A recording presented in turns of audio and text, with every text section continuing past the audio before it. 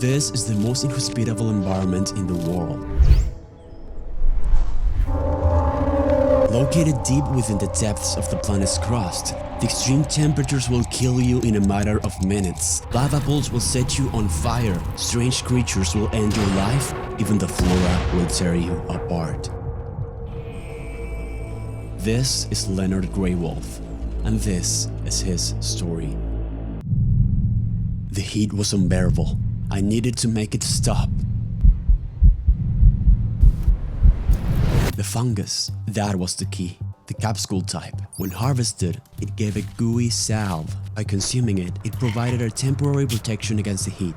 The dizziness slowly went away, but it wouldn't last forever. I had to move. First, I needed to designate a growing zone. Thing is, not all soil was able to grow life, and even then, with the extreme temperature and lack of sunlight, you couldn't grow your typical crops. That's why I started to plant some starch stalk, a potato-like root used by cave-dwelling tribes. It was capable of growing even on the worst soil. Alongside that, I also planted some fiber shroom, a fibrous fungus that produced a fungal wood-like substance. With no trees or berries around, I had to rely on the fungi, such as the candle snuff, an ash pale mushroom tree. By cutting it, I was able to get something similar to logs, mushroom logs, which to my surprise were also safe to consume. I kept on sowing, tile by tile, as much as I could, preparing the ground for new life. Maybe with this, there was a chance to survive out here. While harvesting some mushrooms, I realized that some of the explosive ones didn't react to me. I was able to get close without them exploding. Maybe they were young, undeveloped. Fascinating. They were edible. This was a lifesaver. I was able to stall starvation for a little longer, but I couldn't get overconfident. They were still dangerous. I kept gathering the different types of fungi until I ran out of energy, putting an end to my first day underground. I woke up hours later feeling awful. I desperately started eating the mushroom logs.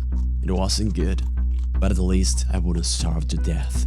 I continued harvesting while carefully avoiding the fungus minefield. The boomspore shroom provided me with its spore sac, which could be used as fuel for generators. I expanded my farm, consumed some more cooling salve, and ate what I could. Growing my own garden wouldn't be easy. It required time and the right temperature to develop. Next step was to build some walls. But why start from scratch when I could build upon the work of others? There was history between these tunnels. I deconstructed the walls and floors nearby, but it wasn't enough. I had to go further. I dug through the marble, avoiding the lava and making my way deeper into the caverns, opening up new paths to explore and new places to discover. Gathering new materials such as steel and stumbling upon more resources. I cut down lots of candle snuff. Log after log, I kept chopping them. I got so focused on the task at hand that I lost awareness of my own body. Out of nowhere, a heat stroke struck me down like a moving truck. I was on the verge of collapsing. I crawled to my shelter with my remaining strength, took the cooling salve just in time and rested. I was at my breaking point. I needed to turn off my mind. Taking time off was equally as important as gathering food and staying alive. The human mind needs to take a break, to stop once in a while, and just enjoy the moment.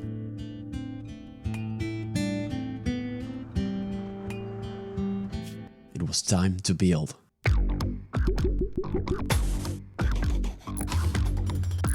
The purpose of these walls were not just for defense or isolation. The plants required a specific temperature range to grow. Inside these walls, it was slightly colder, not by much, but every single degree mattered. Outside, it was so hot that the plants weren't even growing at times. If I wanted to survive, to live, I needed to move forward, advance. I started mining the compacted steel in the walls, tile by tile. This cooling salve was nothing more than a simple band-aid, not a permanent solution. Same as this exploding fungus.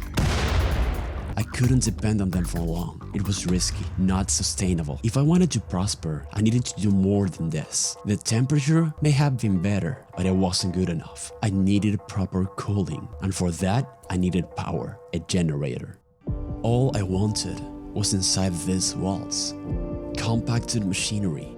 This was the key to open the door to the future, to a new era. Using the steel and the components that I mined, I was able to build a wood-fired generator and a cooler. Utilizing the boom spores as fuel, I was finally able to fight the heat.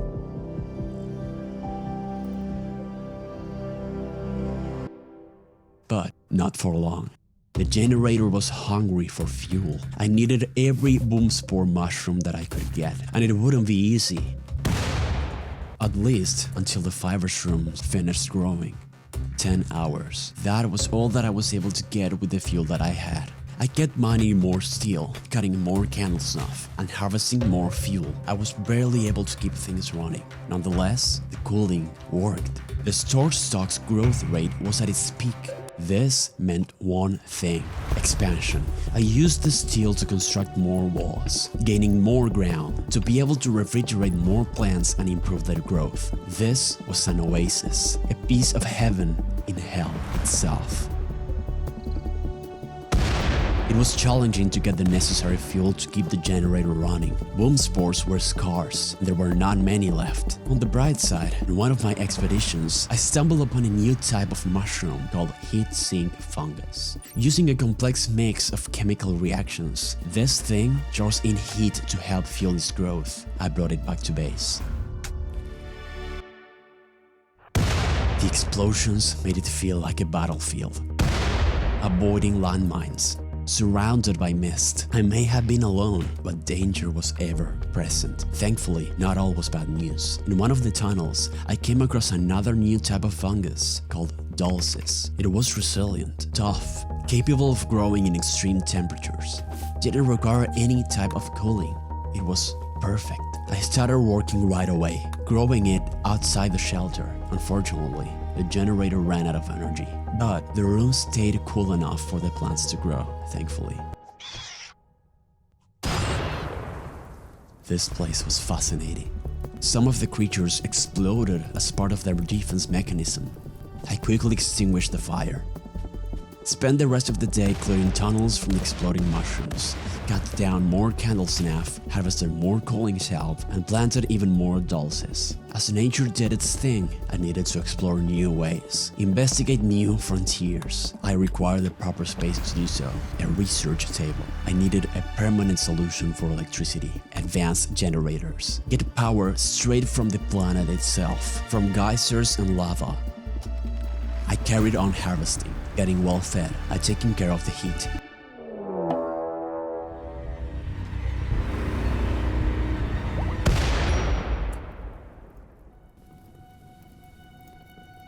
His whole body was torn to shreds, burning fire all over the remains. I was surprised and disappointed. I wasn't truly alone here. Were there more people? Were they hostile or friendly? Being surrounded by a living minefield had its advantages, I guess. Finally ready for harvest. That day, everything changed. I was eating something I made from the ground up. I kept on planting more dulcis outside the shelter and working on the research.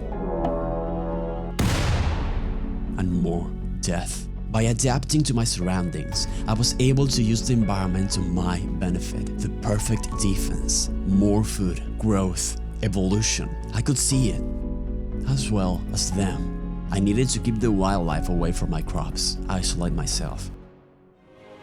I grabbed the steel and commenced construction. All sides, an impenetrable fortress. The only way for me to not die from the heat was to get the research done. And so I did. I settled on building the geothermal generator. That required a lot of steel and components, which I got from mining compact machinery. At this point, I knew these tunnels like the palm of my hand. This was it, the final step to progress, to actual living, overcoming every situation. From rock bottom, setting foot into the future, starting a new chapter. a new life with hard work and the drive to see a new day, a better way, a new world.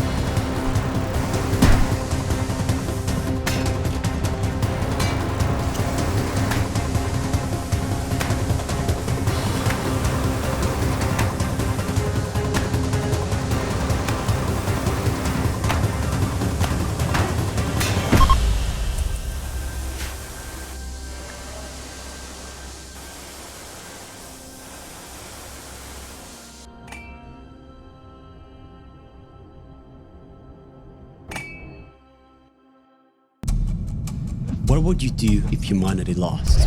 Consider checking this video where I try to stop a zombie apocalypse with just one colonist in Rimworld. Thank you to everyone who donates and joins as a member. See you soon. Goodbye.